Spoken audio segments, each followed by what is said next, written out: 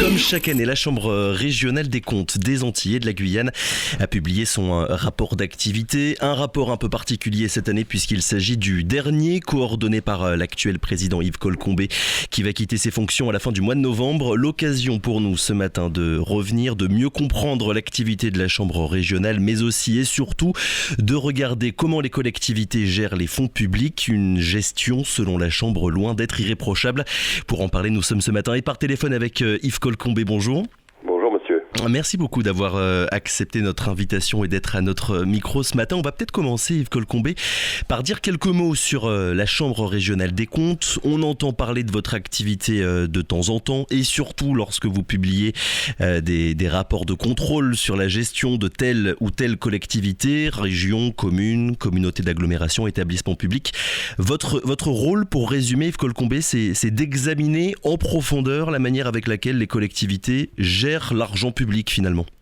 C'est tout à fait ça. C'est la vocation des chambres régionales des comptes, d'informer les citoyens, et bien sûr aussi les élus, l'État également, de la façon dont les services publics sont rendus avec l'argent public qui est prélevé. L'argent public il est prélevé sur l'activité économique, sur les citoyens, et il est donc prévu par la Constitution que les citoyens soient informés de l'usage qui est fait de leurs impôts pour simplifier. Alors vous rendez des rapports, des avis, des jugements, c'est quoi la différence finalement entre les trois ? Eh bien c'est le champ auquel s'appliquent nos travaux. Les chambres régionales des comptes contrôlent d'une part les comptes des comptables publics. Les comptables publics, c'est un petit peu les banquiers en résumé, les banquiers des collectivités, et ils doivent tenir leurs comptes rigoureusement et avec lorsqu'ils engagent un mouvement de fonds, dépenses, recettes, ils doivent avoir des pièces justificatives qui leur sont envoyées par l'ordonnateur, qui est en général l'élu ou les fonctionnaires de la collectivité. Et donc nous contrôlons la rigueur de compte, de comptabilité des comptables publics. Jusqu'en 2020. Ce système va évoluer fortement en 2022, mais jusqu'en 2021, en tout cas, nous jugeons les comptes des comptables publics. Ensuite, nous saisissons de notre propre chef pour ces travaux. D'autre part, nous réalisons des contrôles des comptes et de la gestion des organismes publics locaux. Et là, nous réalisons des travaux approfondis sur plusieurs années pour faire le point sur l'exercice des missions, les financements perçus, la façon dont ils sont utilisés, la façon dont le service est rendu. Les contrôles et comptes de gestion, c'est un travail aussi très important qui nous mobilise beaucoup et plus en profondeur. Et puis nous avons, particulièrement d'ailleurs aux Antilles et en Guyane, un grand nombre de saisines de la part des préfets qui ont un rôle de surveillance des comptes des collectivités territoriales. C'est le cas au niveau national. Les actes budgétaires, financiers des collectivités sont soumis au contrôle de la légalité des préfets, et lorsqu'ils relèvent des anomalies dans le vote du budget ou des comptes administratifs, ils nous défèrent ces documents. Et nous, à ce moment-là, nous faisons des contrôles assez rapides puisque la loi parle d'un délai d'un mois. Enfin, il nous est difficile souvent de pouvoir respecter strictement ce délai, mais en 2-3 mois, nous rendons un avis sur la situation financière de la collectivité de façon instantanée pratiquement. Là, ce sont des contrôles immédiats. Nous rendons un avis sur le budget de 2021 en 2021 ou sur le compte administratif de 2020 en 2021. Donc, c'est des contrôles qui ont l'intérêt d'être très rapprochés, de donner une situation très actuelle et de proposer des corrections lorsque la collectivité est en situation de déficit excessif ou lorsque le budget est déséquilibré. Mais justement, Yves Colcombé, puisque vous avez prononcé le mot de correction, est-ce que, au-delà de vos missions d'examen, de rapport, de contrôle, est-ce que vous avez un pouvoir de sanction ? Est-ce que vous pouvez, si vous estimez qu'une collectivité gère mal les deniers publics, est-ce que vous pouvez la sanctionner, lui imposer des changements ? Les sanctions sont les premières sanctions, en réalité, c'est l'information du public. Mmh. C'est la première vocation des chambres régionales et territoriales des comptes. Bon, ce n'est pas toujours suffisant. En plus, même si nous faisons des efforts pour être lisibles, nos sujets sont quand même parfois un peu hermétiques et sont pas toujours à la portée de tout le monde. Donc, mais cette information, d'ailleurs, vous en faites le relais par la presse, qui est très important pour l'information de la population. Les pouvoirs de sanction existent en matière de comptable public, puisque là, nous pouvons prononcer des débets, c'est-à-dire qu'un comptable public est tenu théoriquement de combler les manques qu'il y aurait dans la caisse. Bon, maintenant, il y a un système assez perfectionné d'assurance, même de remise par le ministre, qui fait que ces pouvoirs de sanction sont assez limités. Ensuite, nous avons, sur les contrôles des comptes et de la gestion, des recommandations que nous émettons, de rappel à la loi ou d'amélioration de la performance, recommandations que nous suivrons et que quelques années plus tard, nous vérifierons pour savoir si elles ont été mises en œuvre ou pas du tout. Nous republierons ce point. Lorsque des irrégularités plus sérieuses sont commises, dans nos rapports sur les comptes et de la gestion, nous pouvons déférer les constats à la Cour de discipline budgétaire qui est rattachée à la Cour des comptes, qui pourra instruire et sanctionner, mais la Cour de discipline budgétaire et financière ne s'applique pas aux élus, sauf rares exceptions. Autrement, en matière de contrôle budgétaire, nous allons émettre des propositions de correction qu'il appartiendra au préfet d'adopter. Il peut s'écarter de nos propositions en motivant pourquoi, mais nous rendons un avis objectif sur la manière de corriger le tir pour que la collectivité revienne dans un schéma normal où les dépenses n'excèdent pas les recettes. Et là, les sanctions sont... alors la sanction ultime, qui a été rarement, mais dans quelques cas graves, mise en œuvre, c'est la demande de révocation de l'élu par le préfet au gouvernement, puisque la révocation en ce cas est décidée en Conseil des ministres. Mais ce sont des cas extrêmement rares et vraiment pour les situations les très graves. Pour qu'on visualise concrètement, j'ai envie de dire, votre activité, est-ce que vous pourriez nous donner des exemples des collectivités ou des établissements publics que vous avez examinés et scrutés de près cette année ? Alors, si on reparle de 2020, eh bien, nous avons regardé en Guyane en particulier les centres de gestion de la fonction publique territoriale. Nous l'avons fait pour les trois centres de gestion de Martinique, de Guadeloupe et de Guyane. Et nous avons trouvé un certain nombre d'irrégularités assez sérieuses, surtout de la part d'organismes qui gèrent en fait qui gèrent le statut et l'avancement du personnel de catégorie B et C des collectivités territoriales. Donc c'est une forme de gestion mutualisée.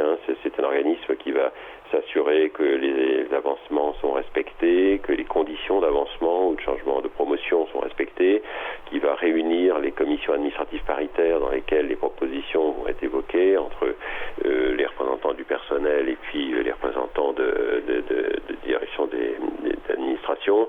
Donc cet organisme a un rôle important et il doit être exemplaire dans l'application du droit, c'est son rôle.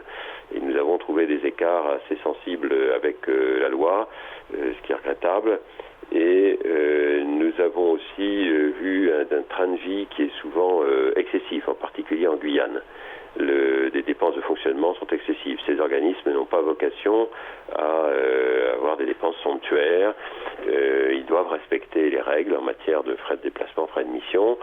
Et comme leurs moyens sont prélevés sur les collectivités, ils doivent ajuster véritablement leurs coûts au minimum nécessaire. Et de manière générale, Yves Colcombé, c'est quoi les principales irrégularités que vous constatez ? Je me doute bien que d'un territoire à un autre, puisqu'on rappelle votre chambre elle est commune aux Antilles et à la Guyane, d'une collectivité à une autre en fonction de leur taille, de leur mission, de leur budget. Les problèmes que vous soulevez ne sont pas les mêmes, mais dans la gestion des fonds publics, est-ce qu'il y a des manquements qui reviennent souvent, trop souvent à vos yeux ?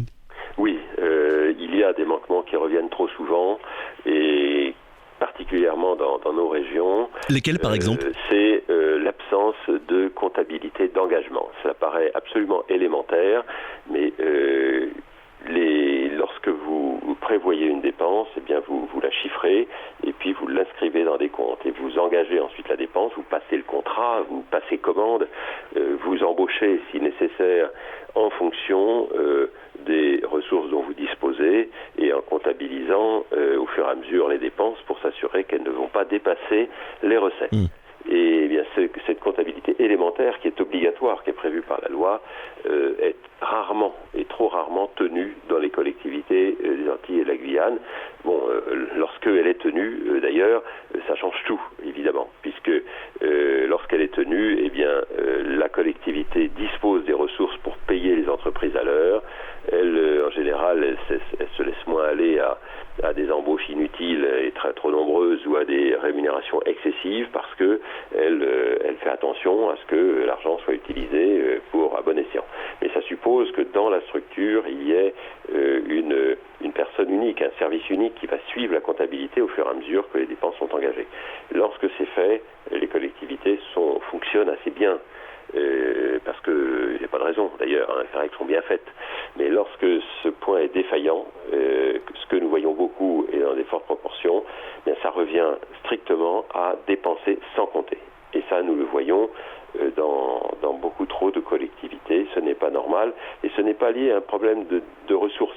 On nous dit souvent on manque de ressources. Non, quand vous dépensez sans compter, il n'y a pas de problème de ressources. C'est que de toute façon, vous ne faites pas attention aux ressources. Donc on pourrait vous donner 2 fois plus de moyens financiers. Dès lors que vous dépensez sans compter, ça n'améliorera pas la situation.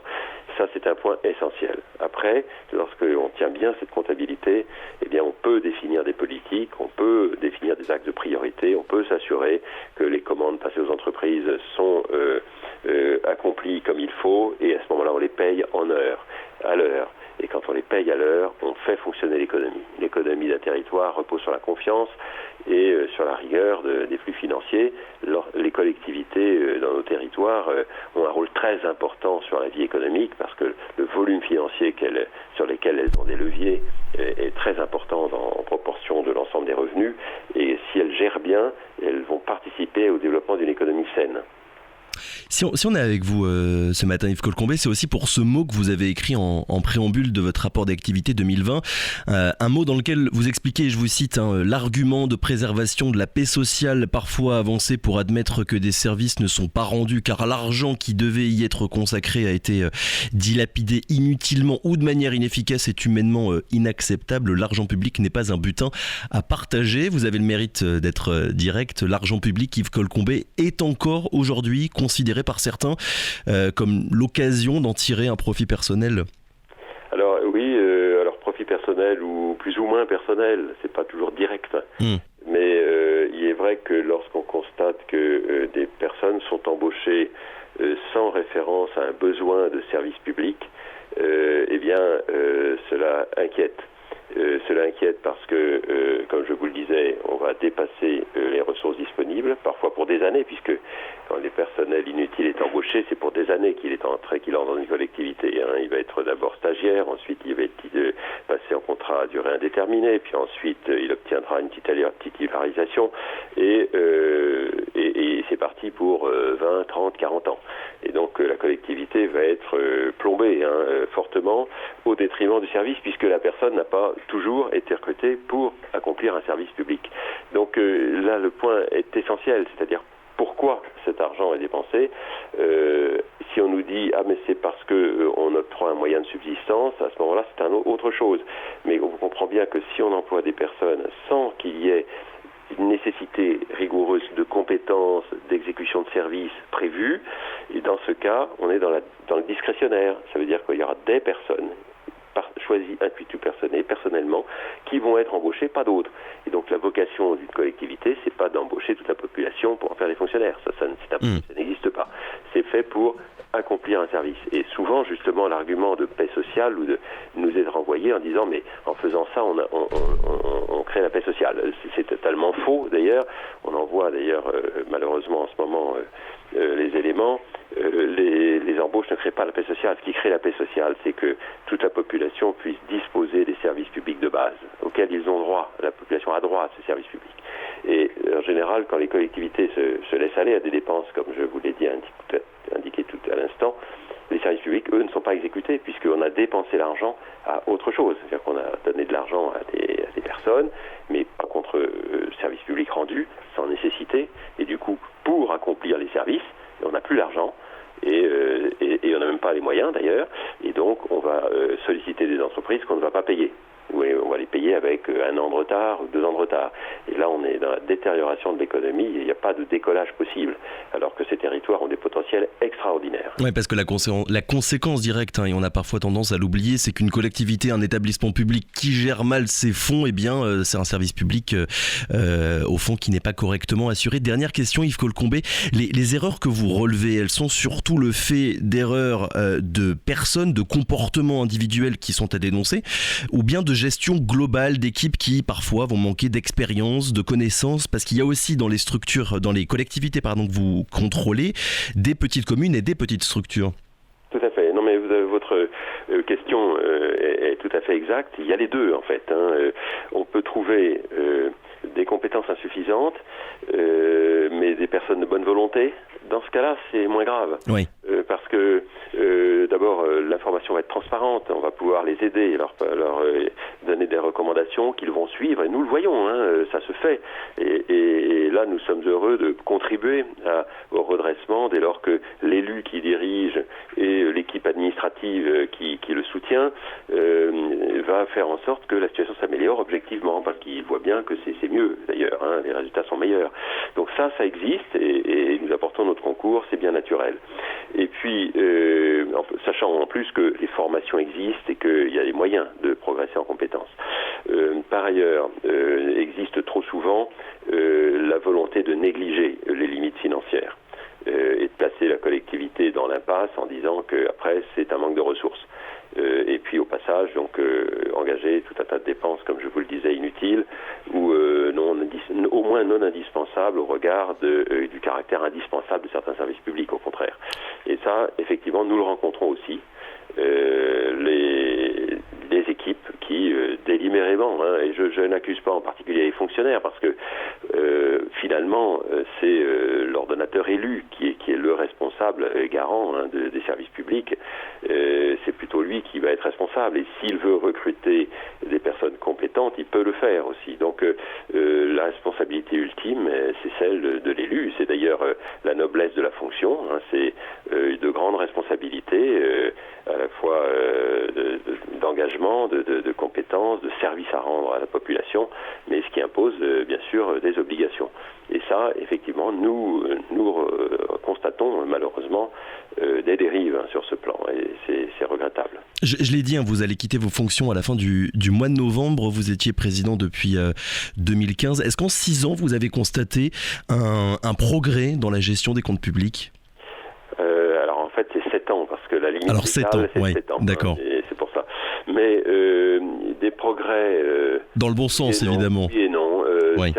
Certaines collectivités ont fait des progrès, d'autres non, malheureusement. Nous voyons des collectivités qui se laissent complètement aller, sur lesquelles nous sommes très inquiets de la trajectoire financière, alors qu'elles commençaient un petit peu à se redresser. Et les tentations sont grandes visiblement, et certains élus n'y résistent pas, et c'est très regrettable. C'est parfois des calculs de court terme. Donc ce qui a progressé peut-être, c'est l'information. Nous nous sommes aguerris au cours de 7 ans. De toute façon, le travail existait avant que j'arrive. Il se poursuivra après moi. Ces institutions, c'est comme cela. Donc l'équipe, en plus de la Chambre, est solide et compétente. Donc elle va continuer, ce travail va continuer, et il n'y a pas de solution dans la mauvaise gestion. La mauvaise gestion, je le dis souvent, mais j'y insiste, ce n'est pas une espèce de perfection théorique ou abstraite. Elle traite de façon très humaine des services que la population va trouver dans la vie collective. La population ne peut pas organiser la voie publique, elle ne peut pas assurer la sécurité elle-même de ses déplacements, elle ne peut pas dépenser elle-même l'organisation du soutien scolaire, ce que font les caisses des écoles, ou même des écoles, des bâtiments publics, etc. Ça, ce sont des services collectifs. Ces services collectifs, c'est la raison d'être des collectivités. Sans services collectifs, il n'y a pas besoin de collectivités. Leur seule raison d'être, c'est d'assurer des services aux citoyens, et c'est souvent des services vitaux. On pense à l'assainissement, à l'eau bien sûr, et à la gestion des déchets, à la gestion des transports, à la protection de certains milieux environnementaux, vitaux, etc. Donc c'est la raison d'être des collectivités, et la bonne gestion, c'est le moyen de rendre ces services à la population. Et quand on s'écarte de cet objectif et de cette rigueur, eh bien, les dérives peuvent être très fâcheuses pour la population directement et aussi pour l'économie, comme j'ai expliqué. Yves Colcombet, merci beaucoup d'avoir été avec nous ce matin. On le rappelle, vous êtes le président pour quelques semaines encore de la Chambre régionale des comptes des Antilles et de la Guyane. Merci encore, bonne journée.